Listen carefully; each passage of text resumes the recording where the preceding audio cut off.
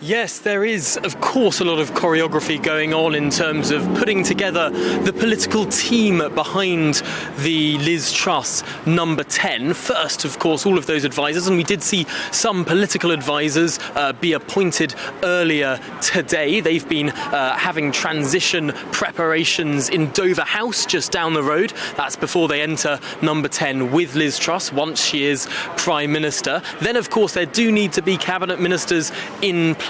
And of course, we're expecting a cabinet meeting tomorrow morning. So those cabinet roles being appointed definitely this afternoon and tonight, meeting in Downing Street tomorrow morning. And potentially that is when cabinet will discuss plans, maybe even sign off plans. And we're hearing that there could be an announcement on dealing with energy bills as soon as Thursday, which would be remarkable speed for this new Prime Minister. And of course, there have been so many different leaks and briefings over what this intervention could be. Some suggesting it would cost over £100 billion, a monumental, gargantuan amount of money. The question is, how would it be paid for? Suggestion by some that there'd be some sort of smoothing effect, i.e. when energy prices tumble back down, a slightly higher level of energy bills than otherwise would have been the case to pay for it, paying it out over the longer period of time.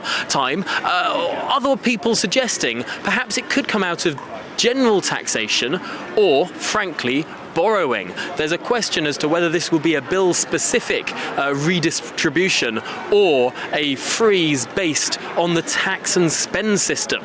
Now, neither of those sound particularly Trussian, to be frank. Liz Truss is someone who stood to be leader of the Conservative Party, boasting her free market, low tax credentials. It would be curious to see such a large interventionist policy be taken up by Liz Truss as her first act as Prime Minister. Perhaps some of those who most fervently backed her from the free market wing of the party would raise eyebrows at it, but frankly, maybe there's a political decision that has been taken here, that the crisis is such, in many ways, the country is in a state of economic warfare with Russia, and thereby we are having to deal with this situation in a warlike manner. That could be an argument that the former Foreign Secretary, known as a bit of a Russia hawk, may well make, but that is all to come because, as you rightly say, Liz Truss is not yet Prime Minister. She'll be going in to meet the Queen in the next couple of minutes'